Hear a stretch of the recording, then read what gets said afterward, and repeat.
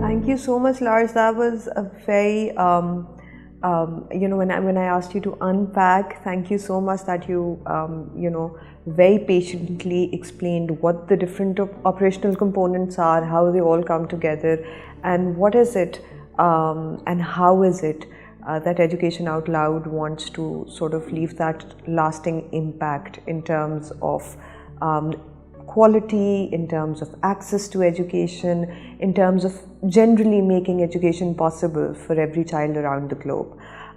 Lars, so when we talk specifically about Pakistan, right, what I'd want to understand is you must already have your partners in place. We know Pakistan Coalition for Education is leading the OC1 component. There must be a partner in place for OC2, looking at very specific issues within education and sort of pushing the advocacy agenda forward. And of course then there's transnational advocacy. What is the end game in mind for Pakistan when it comes to Education Out Loud? And by end game, I'd really want you to keep year 2030 in your purview, because you spoke about the Sustainable Development Goals as well. We're sitting in 2023 right now. We have some 7 years left before SDGs come full circle. Pakistan's performance during the MDGs was not very encouraging, and of course when we're talking specifically about education, the several goals that Pakistan committed under the MDGs, we were unable to sort of live up to our pledges. With regard to Sustainable Development Goal 4, equitable education for all, and then the work that Education Out Loud is doing in Pakistan, how do you foresee this transformation, or what this transformation would ideally look like 7 years from now? Yeah, so I think it's very helpful to take us a little bit back to the Millennium Development Goals that were drafted in the early 2000s and came to an end in 2015. In many ways, they enabled a mobilization of resources, and as I said, in the education sector, actually the MDGs were part of the reasons that many more children came to school, but they also displayed the inequality that across a country like Pakistan, the access to education was not even, that in particular marginalized communities you found that less young children came to school. You found out that in particular ethnic communities you had also inequality in access to education. And as I said, it's not just a question of bringing a certain number of children into a classroom. What happens in the classroom, what they bring back from the classroom, is as important as building the walls of the classroom itself. So essentially that is what we are looking at: education quality and a greater amount of equality in education outcomes. And you're absolutely right in pointing out that this year we are actually midway towards 2030 when the SDGs should be accomplished. And I think it's not unreasonable to say that in Pakistan, but certainly also in many other countries, we have observed a range of difficulties. Overall, mobilization of resources, but also the experience during the pandemic was a setback, the lockdown. I mean, I have great faith in our policymakers, in our authorities, but from a civil society perspective, I couldn't help saying, are these guys only having one tool in the toolbox, namely to close schools? Is that the best and most effective way of addressing the pandemic? And it seemed in my own country, Denmark, in Pakistan, and in so many other countries, school closures was the order of the day, as if there was, if I should be a little ironic, no other imagination. So the pandemic set us back in education, and in a country like Pakistan, you have also seen the recent floodings really diverting attention and meaning the physical destruction of school infrastructure that will require a massive investment. Now, it's important for me to say that I don't look down on people who go out there with bricks and mortar to say we need to rebuild the infrastructure. But I want to emphasize that for Education Out Loud, the mere infrastructure, the physical infrastructure, is not what we focus on. But it would be an obvious area of emphasis to ensure that the resources that are now being pledged from national authorities, from local authorities, but certainly also from international donors and others, that these resources are put to proper use. So I think this is an example where in Pakistan there is a big potential job for civil society to do to monitor. Okay, guys, we sat in Geneva last week. There was a pledge of so many billions of dollars. Are these pledges coming forth? Are international donors actually chipping in what they promised? But also, how are these funds then allocated? Are they remaining at the national level? Are they getting out to regional and provincial levels, to district levels, to communities? And is there any pattern in using these funds? Are they going into, as I said, bricks and mortar? But also maybe is there a lesson learned from how we build our infrastructure so it becomes more resilient? And also, in a wider sense, can we make our education communities more resilient? Can we ensure that we have a strong, locally rooted effort so our joint efforts, literally and sort of also speaking in wider sort of more pictures, that they are not swept away? Can we have a concerted effort so the Parents-Teacher Association remains intact, remains a space whereby local stakeholders come together? So the recent floodings in Pakistan has left education stakeholders with a massive agenda. And obviously, for many people, there's an immediate focus on reconstructing the infrastructure. I'm not looking down at that effort. It's an essential starting point. But I also want to say that for Education Out Loud, this is not our primary focus. We do not have in our mandate a focus on supporting architects and masonry efforts to reconstruct bricks and buildings and so forth.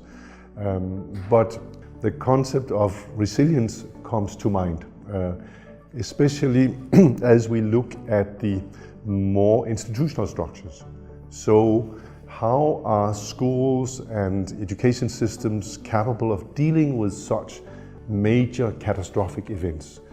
Is it possible to maintain the roles of Parents-Teachers Association so that parents, teachers, school management, district authorities come together and address the need from the local perspective? Can we find out what it takes to make these institutions more effective, more resilient, so that they can step in at the moment the water subsides and address the needs and jointly build a consensus in the communities on what should be prioritized first, because there are so many needs. And I think it's important to say that civil society voices are required not just to talk about the physical infrastructure, but also about, guys, the schools have been closed because of the flooding over the past 3, 4, 5 months maybe. Who are most in need of our attention?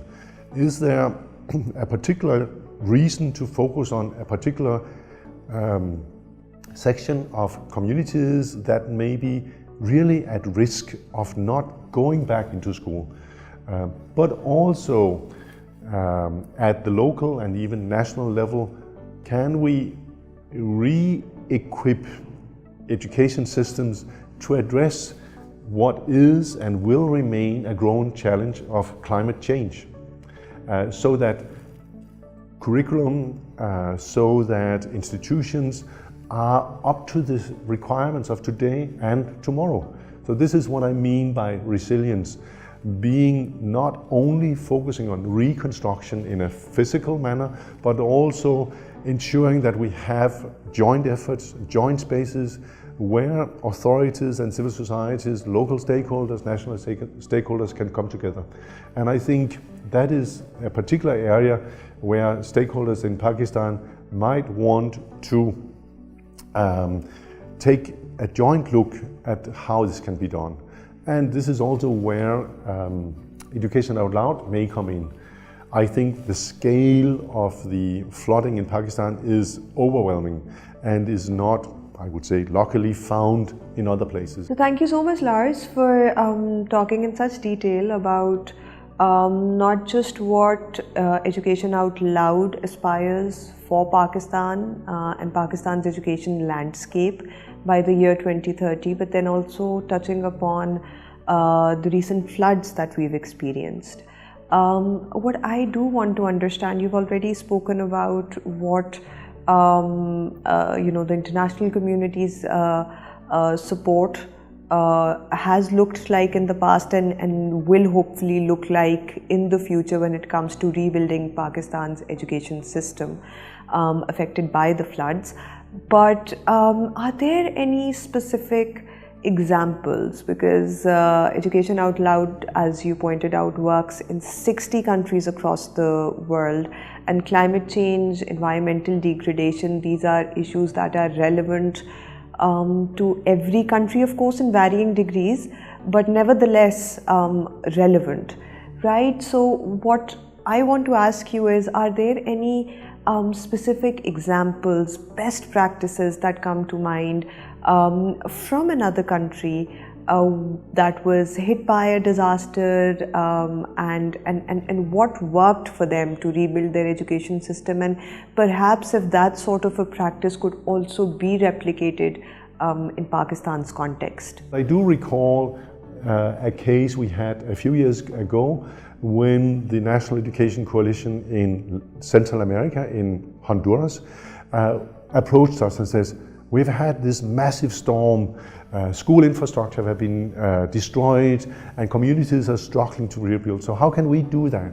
And it was really identified as a major strength of civil society that you had people on the ground, that you had people with a hands-on experience, knowledge and ideas.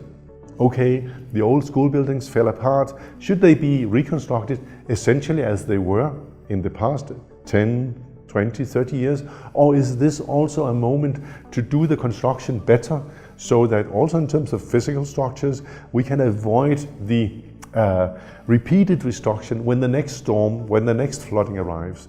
So the presence on the ground in local communities of civil society became a major asset in the national discussions, because the coalition could bring to the table in the capital city the hands-on experience and ideas of local communities.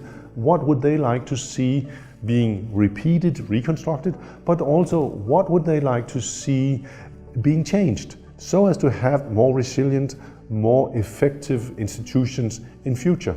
So, and this is where we may, as Education Out Loud, be able to link the coalition in Pakistan with experience coming from elsewhere. So that's part of our effort to build joint learning efforts, so you can reach out and talk to people in other countries, not with identical but with comparable experience. So this is what we did.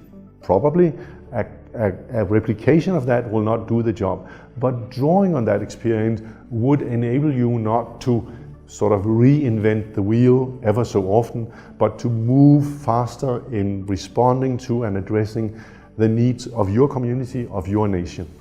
Thank you. Thank you so much, Lars.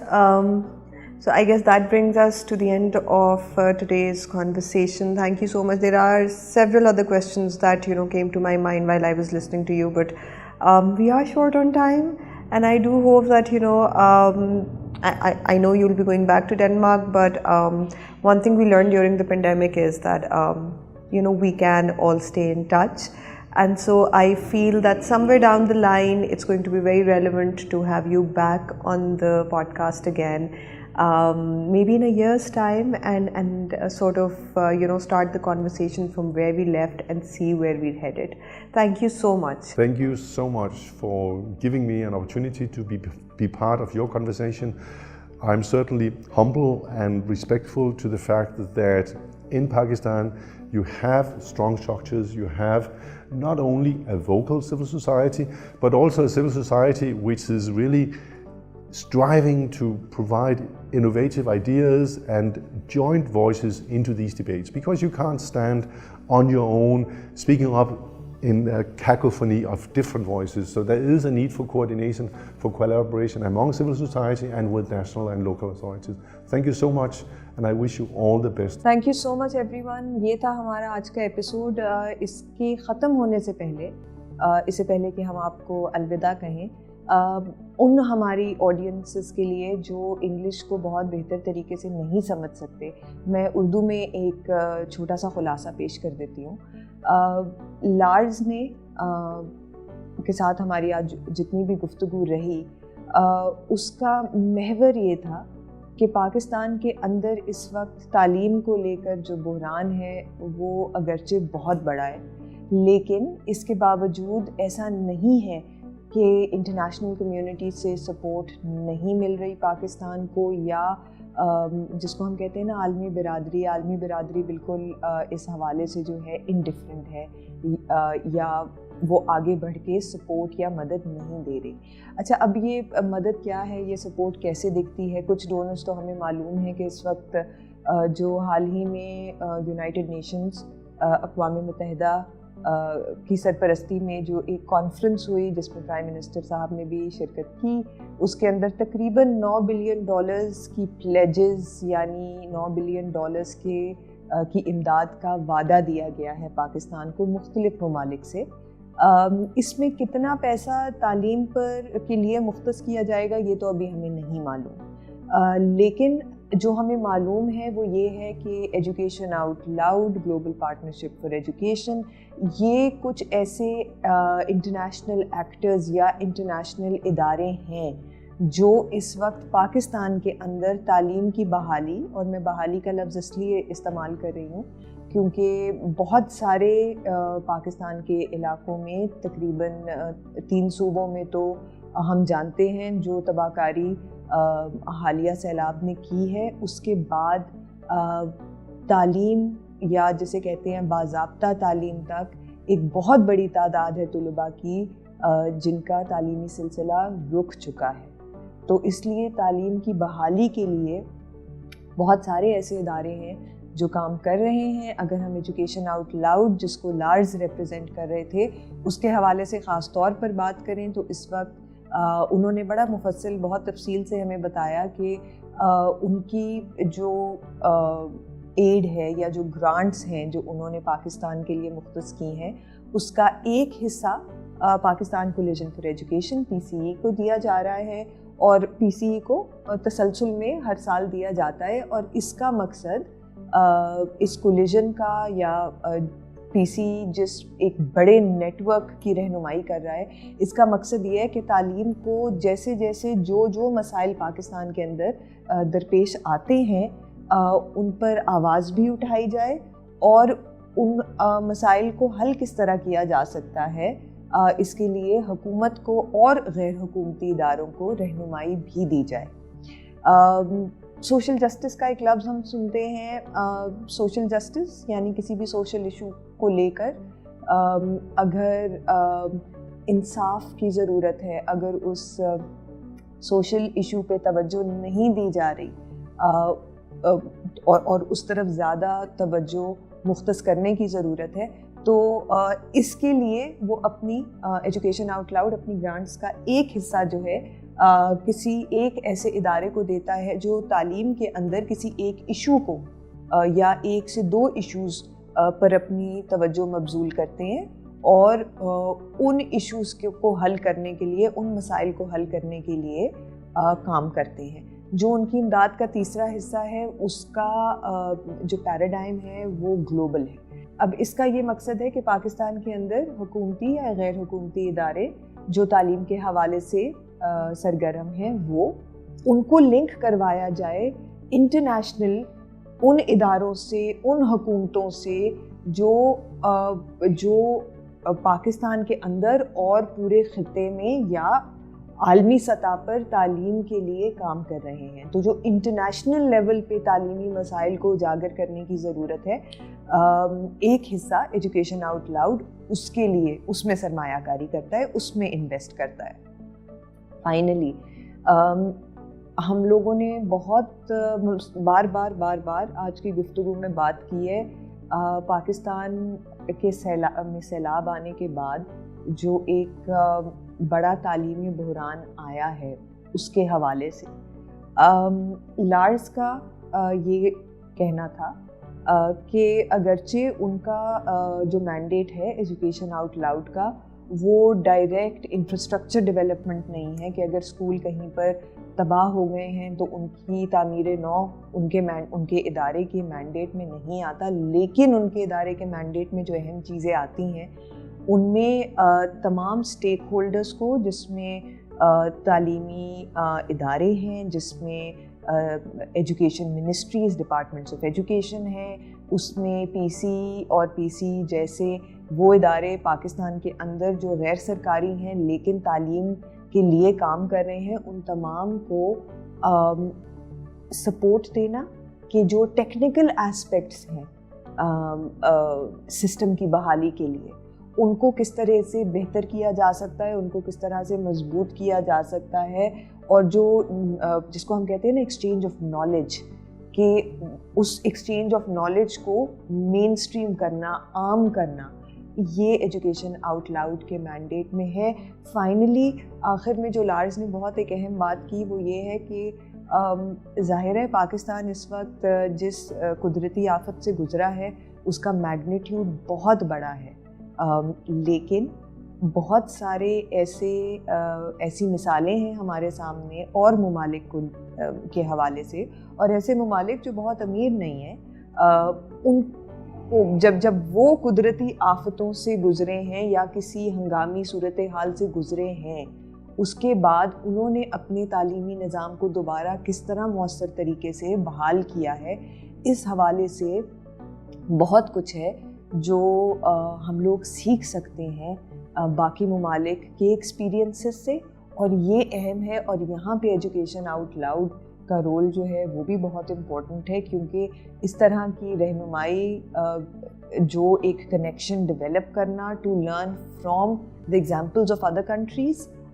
یہ وہ رہنمائی ہے جو education out loud جیسے donors Pakistan کو فراہم بھی کر رہے ہیں, کیونکہ ان کے پاس وہ نالج, وہ ایکسپیرینس ہے.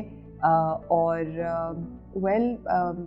جانے سے پہلے میں اگین صرف یہ کہوں گی کہ یس, پاکستان کا جو تعلیمی بحران ہے اس کا میگنیٹیوڈ بہت بڑا ہے, اس میں کوئی شک نہیں ہے, لیکن ساتھ ہی ساتھ اتنے سارے لوگ جو پاکستانی بھی ہیں, جو پاکستانی نہیں بھی ہیں, وہ جڑے ہوئے ہیں اس کاز کے ساتھ. وہ چاہتے ہیں کہ پاکستان میں, وہ چاہتے ہیں کہ دنیا بھر میں تعلیم عام ہو, ہر بچی اور ہر بچے کو اس تک رسائی حاصل ہو.